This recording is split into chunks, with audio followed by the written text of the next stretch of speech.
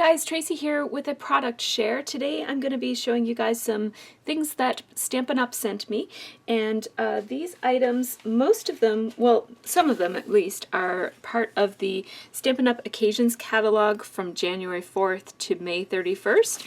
I got some items from the Falling in Love suite, which is a marriage of romance and shabby chic. And these are very, I specifically chose products that were a little bit different for me, and I'm going to be scrapbooking with them in an attempt to try to grow my skills and just kind of explore different styles and that sort of thing. So I am very, very excited to show you guys these products. So if you're interested in getting any of this stuff, you can go to the Stampin' Up website in your country and look for a demonstrator in your area and place an order, because these are some pretty awesome things. So thank you to Stampin' Up for sending me these items, and including these awesome 4 packages of Stampin' Dimensionals, because as you guys who follow my channel know, these are the dimensional adhesive that I prefer. I love these the most. I have a video that talks about the use of dimensional adhesive, and it talks about all of the different options out there and why I like Stampin' Up as the best for me. So I will link that video in the information section, and I'm happy to have some of those to add because I was running a little bit low. Then I also got some basic black solid baker's twine. This is pretty self-explanatory, but I will show you how it looks anyways. There we go. It's nice soft cotton baker's twine, and it seems like it's a little bit thicker than the kind that I have been getting. I get all of my white baker's twine from Stampin' Up as well, so this black twine seems like it's a little bit thicker, not too much, but just a little bit thicker than the white stuff that I usually get. I've been using a lot of black accents on my pages lately, so I thought having some black baker's twine would be helpful. And I decided to try out this glue. This is a fine tip glue pen, and the glue comes in this little bottle, and it has a little seal on it when you get it. So the first time I use it, I'll have to remove the seal. And it's almost like one of those fine liner bottles where it has this lid that has kind of like a needle tip, a very fine tip, and then it has this little needle that fits inside of the tip to keep it from getting clogged, and you just have to kind of stick it inside and then close it like that. And the idea is that it wouldn't get clogged because of that. The glue inside of this is quite liquidy. It's a lot more liquidy than I thought it was going to be. So I will let you know what I think of this as I go along. But yeah, it's very liquidy actually. I was expecting it to be more the consistency of glossy accents, which is quite liquidy, or which is quite thick. So it'll be interesting to see how this works. So then I also got some embellishments, and the Stampin' Up embellishments come in these little containers that are very handy. And so I got these that are called Sending Love Embellishments, and it has a whole bunch of little heart-shaped wood veneers. So cute! Oh, I love them. They include the insides and the outsides. Oh, they're so cute! Let me see if I can get one of each of the shapes. I think that's one of each of them. They're really sweet. These are one of my favorite embellishments. These are called mini paper clips. It's a combo pack, and I love these little mini paper clips. Does this pop off or does it twist off? It pops off. So I love these little tiny paper clips. They're just so cute, little stubby clips. And then these little tiny doilies were just adorable. I couldn't resist getting these as well. These are called lace doilies, and they just looked so intricate. Oh, and one thing that I didn't realize is that they're white on one side and vanilla or cream or whatever you want to call that other color on the other side. So I will show you both of them together. They're very pretty and very intricately cut. Lovely. So I got the designer series paper, which I am going to show you, but this is how it looks in the catalog. And I got this paper because it just had that soft, beautiful, feminine look to it. And I really loved all the craft colors that were in it. And then I also asked for the Falling in Love 12x12 cardstock pack. But what I got instead was actually a whole lot more cardstock than that. I got like the 3 separate packs of cardstock. So that is a nice bonus for me because I really love Stampin' Up! Cardstock as bases for my cards. I find that the Stampin' Up! Cardstock is much more sturdy for cards that you want to stand up on display, and I'm going to enjoy having lots of leftovers. I will be able to use this cardstock for any scrapbooking projects that I do, but I am really liking the idea of having so much of it to use for card bases because I'm trying to make more cards, and that's one of my challenges for myself for the coming months is to try to make more cards. And you get 2 of each sheet, and they are double-sided. So this first sheet has all of these petals that look like hearts that have kind of fallen and gathered at the bottom of the page. And it's really pretty. And then the top is kind of like it's like an intricate pattern. I'll just hold it up so that you can see it because I can't really describe what it is. And it looks like it has a soft, crafty kind of color, like a creamy brownie color. It's really, really pretty. And then the other side is this photorealistic paper that is a really pretty intricate lace that is on top of a gray surface. It's really beautiful. This would be a beautiful paper pack for scrapbooking your wedding photos, or boudoir photos would be really great for scrapbooking with this package. So there's that. And then this next piece has this blue, it looks like, what is that flower called? I think it's called Queen Anne's lace. It also looks a little bit like a dandelion.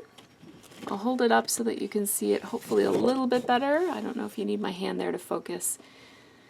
It's a very light blue with cream or vanilla colored flowers, and then the other side is this really pretty sparkly, it looks like maybe baby's breath, but it's been coated in glitter or something. It's very pretty.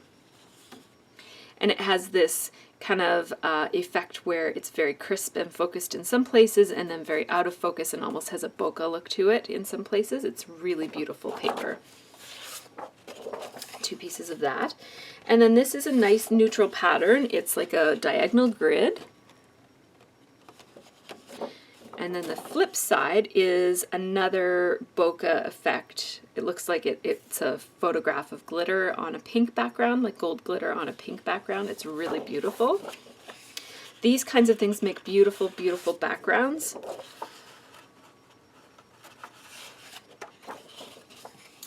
And here we have a line drawing type of a print of flowers, and there's another faint one that's out of focus in the background, and it's all on a gray, on a warm gray background. It's very, very pretty. Other side is another photorealistic paper that has different kinds of lace.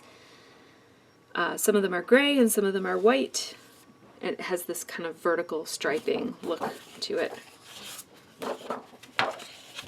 Then we have some really pretty butterflies in blue, purple, pink, and gray.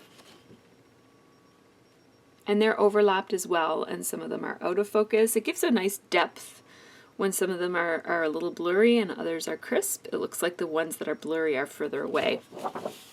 And then another kind of blown out, out of focus bokeh effect pattern on the other side here. That's how that one looks. This paper pack has a really interesting combination of kind of like line drawings and photorealistic images. Really beautiful. I like the combination. And then this is an interlocking pattern of flowers in a purple. And of course, all of the colors that show up in Stampin' Up! Designer Series papers are also colors that they sell. Ink and markers and paper and everything coordinates. That's the lovely thing about Stampin' Up! Products. It's really easy to coordinate with other Stampin' Up! Products because all the colors are the same. So here's another bokeh effect paper with a blue background and some orange and yellow and really light effects. And I think that might be the last piece, yeah. So that is obviously, if you follow my channel, that is quite a different paper pack than what I normally buy. So my challenge for myself for April and May is to incorporate these new and very, very different products into my scrapbooking. So you will see some pages created with these papers. And I'm going to be mostly scrapbooking. I will probably also make some cards with these products as well, especially given that I have all that beautiful cardstock to work with. So two other things that are part of that, actually three other things that are part of that line. So I got the stamp set called So in Love, and it has that flower, the line drawing of the flower that shows up there. I really like this flower. I thought it would make a really nice stamp to use on backgrounds of mixed media pieces, and also it might be really nice colored in or watercolored or something. So I really like that. It has some nice sentiments, and I also, part of the reason that I bought this set was more for the flowers than for the sentiments, because I really like these really pretty leaves. I think they will look nice amongst kind of like around the flower, and even to make a little border on like a mixed media piece or a traveler's notebook or something. And then I really like this frame, and it goes with one of the dies that I have that I'll show you in a moment. So I really like this stamp set. And when you buy Stampin' Up! Stamp sets, they come like this in these cases. They're like CD cases, and they have instructions on how to assemble it. So you have these are rubber stamps as opposed to clear photopolymer ones. And so you do, if you want to, you can put the images that go with each stamp on the back of it so that you know what image you're going to be stamping. And there are really good instructions here on how to do that and that sort of thing. And these stamps are not quite as clingy. Once you put these labels on them, they're not quite as clingy as they are if you don't put the labels on them. And so, but they still stick. I never have a problem with it. So, so yeah. So I got that stamp set, and I'll show you the other stamp set in a moment. I chose the other stamp set for a completely different reason. And then I also got the 6x6 embossing folder. And this embossing folder is called Falling Petals. And it has that similar pattern to that first piece of paper. This one right here, with the petals falling, and the petals look like hearts, and they're really nice. I love this. And I don't think I have a 6x6 embossing folder. This is my first one, so that's kind of neat to have. And then I also got the So Detailed Thinlit dies, and they look like this. And so I will show you what these look like. I will run them through my Big Shot and show you just a sample of how they look when they're cut out. But I basically bought these these are meant to be banners that you can put across, or bands that you put across your card. So they're shaped just perfectly so that you can kind of put a little sentiment there and run it across your card. It's a really beautiful way to add some detail to your cards, like this, for example. Hang on. And like this, for example. So this is something that you could make with this card right here, with this stamp set right here, and then this, right? And so that's so pretty. And it also uses the Designer Series paper that I have. So I could make some of these cards, for example. And you can, you can use the different dies as bands, but you can also die cut them and wrap them around a paper like that, like a card front like that if you wanted. And the catalog always gives you lots of really great ideas for how to use the products, and so I will probably be making some cards with these items, but I bought these mostly for scrapbooking because I thought that these really beautiful, intricate, especially this one, but also these other two, would make really nice layers to stick amongst my layers on my scrapbook pages. So I'm going to run those through and show you how they look in just a moment. But first, I am going to show you my other stamp set. So this stamp set I got specifically to use in my traveler's notebook. And it includes these beautiful, I haven't assembled it yet, obviously, but it includes these beautiful, intricately detailed stamps that look like paintings or drawings. Well, they are drawings. Somebody drew them. And they're just really beautiful. I like that one of them has a cat and, you know, cafe scene and a little house and then a streets. Like, these are images that I really love. They really appeal to me. It's called Mediterranean Moments. And what I plan to do is stamp these in my traveler's notebook and color them in with watercolor. So that is, I've just been looking for more stamp sets that look like coloring pages, for example, so that I can just play around with color in lots of different ways. And so this was one of those ideas that I had. So I'm looking forward to using that in a completely different way than I plan to use these other products. So I thought I would show you the outcome of some of these items. So this is the Falling Petals embossing folder, and this is how it looks using Blushing Bride cardstock. My piece of paper wasn't quite 6x6, but you get to see how beautiful that impression is. Makes a really pretty pattern. I think that would make a lovely little background or mat or layer. It's so pretty. I love it. Love, love, love it.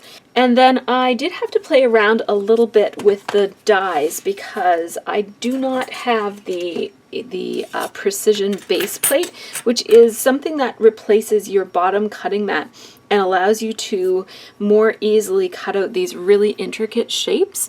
And it's made by Sizzix and Stampin' Up. You can buy it through Stampin' Up as well. And apparently it makes it very, very easy to cut these sorts of really intricate shapes, but I do not have one of those. And I'm not a huge believer in going out and buying every single thing that's out there. And so I thought I would challenge myself to try to use these dies just using a combination of shims. And what I found for my machine, and this might vary for you, but what I found for my machine is that the sandwich that worked the best for me was I used the magnetic platform, although I don't know how much it helped for it to be magnetic, but it was more just because it's less cumbersome than that other platform that has all the flippy things on it.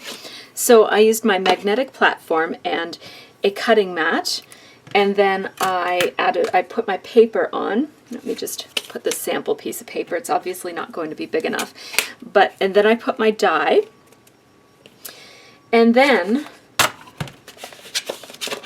I put 2 shims, and I'm actually keeping the shims in the packaging with the dies, and I always write shim on it just so that it's clear to me that this is not paper that I'm meaning to cut or anything. And so I put a shim over the whole die, and then I put a shim just in the center because I found that this part right here wasn't cutting very well. So I put a shim there and a second shim right there. Put the top cutting plate on, just like that. And then I used 1 large shim and put the whole thing through my die cut machine. And this came out beautifully. I didn't have to pick at all the pieces. All I had to do was just kind of move it around like this, and all the pieces just popped out really beautifully. It was very, very easy. And these two, I found that I really didn't need the extra shims. These ones I just put through by themselves. I did run this one through, I think, 4 times just to make sure that I got a really nice, good, clean cut. And I think I can't remember if I did that with these or not. Some of them I did all at the same time. And so I thought I would just show you some of my other experiments. So right off the bat, the smaller ones were cutting quite a bit more easily. So I have some of these were cut from Soft Sky, and some of them were cut from Sahara Sand. And so with with no shims and with one single pass, this is what I got from that elaborate die, the elaborate floral die. And then with a shim and one pass, this is what I got. So these pieces are just not going to come out.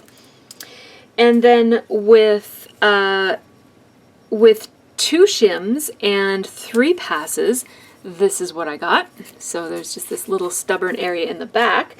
And then this is what I got with 4 passes and the 3 shims.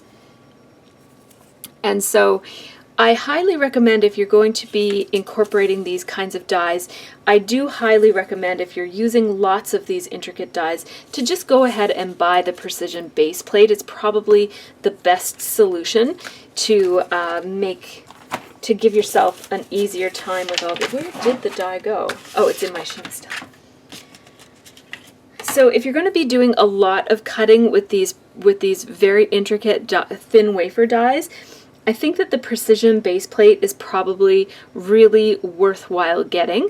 But if you're like me and you just don't have it and you want to use your dies, I think just some experimenting with what kind of combination of sandwiches you need, like whether it's, I guess it's basically just the number of shims that you need to use, will really help you be able to use this. And then just make a note of it, right? So I'm going to put a little note on this piece of paper here that goes with the packaging of my dies that just says, for the larger die, I need to use 3 shims, and then in brackets I'll just put 2 of them are included in this package, and that way I'll remember. If I don't use this for a while, I will remember.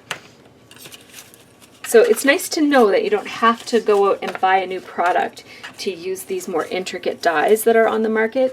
You can just use what you have. But having said that, if I were to buy any more sets of dies like this, I think I would just go ahead and get the precision base plate, because I just think it's worth the investment, and it's worth not having the headache of having to figure out and keep track of which shims you need to use for which dies. So if I ever get that, I will show it on my channel and do a little review of it. So these are my new products that I got from Stampin' Up, and every time that I order Stampin' Up supplies and I get them, I'm always so impressed with the quality of everything. And so as usual, what usually happens with me is I'll place an order, I'll get the stuff, and I'll remember just how much I love Stampin' Up stuff, and then I usually place another order on the heels of that order. And so that is actually what I did. I contacted my demonstrator, Evelyn Wood in New Brunswick, and I actually placed another fairly large order that will be coming pretty soon for me. So you will see another Stampin' Up haul coming up on my channel in not too long. So thanks so much for watching, and I'm looking really forward to using some of these products in the coming weeks. Take care and have a really great scrappy week.